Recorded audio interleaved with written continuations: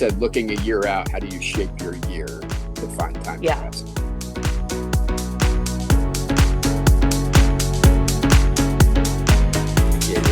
He gets it. He gets what I'm saying. I don't have to, now I'm fleshing this out because I want to, and because maybe it gives a little bit more context, but I'm not doing it because I feel like you're not getting it.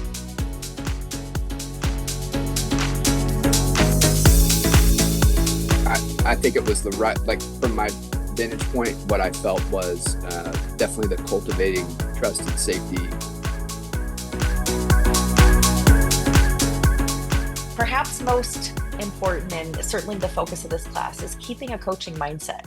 What does it mean to have your attention and commitment to the client's perspective? Coaching is more defined by the impact of the conversation and the duration of it. And it's that impact where they leave going, oh, I have some clarity, or now I'm realizing what's really at stake, or now I know this baby step I need to take to move forward. I wanted to share this quote that I thought was powerful. I didn't know who Peter Drucker was until I saw this quote. He is quoted as saying, the most important thing in communication is to hear what isn't being said.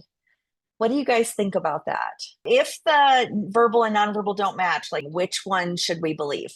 So when that doesn't match up, one of the coaching tricks that you have or will have in your tool belt is, I hear you saying this, but your face kind of told me another story.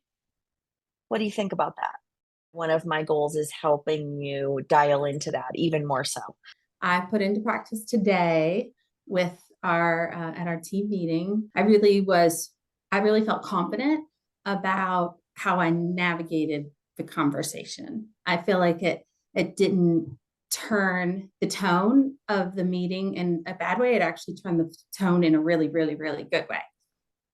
That's so exciting. We are absolutely celebrating with you. That is significant.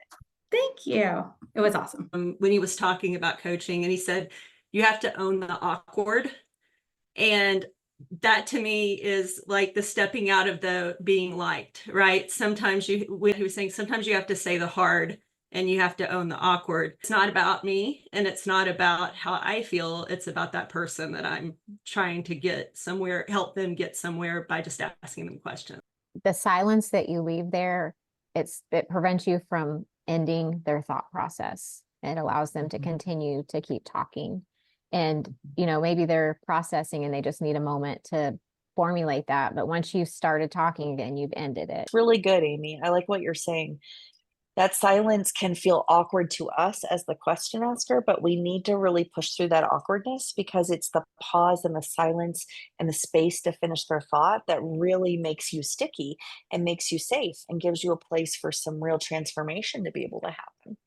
So learning how to leverage that silence is really key, I think. Melissa is coaching Amy B today. And so we're going to listen and notice what's happening, what's working, what's not working.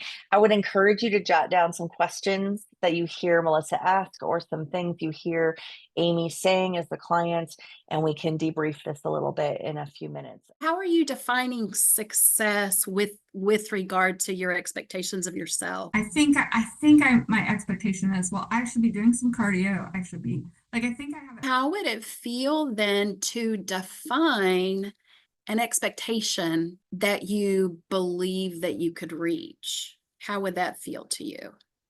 Well, I think it would probably feel freeing to let go of find an expectation.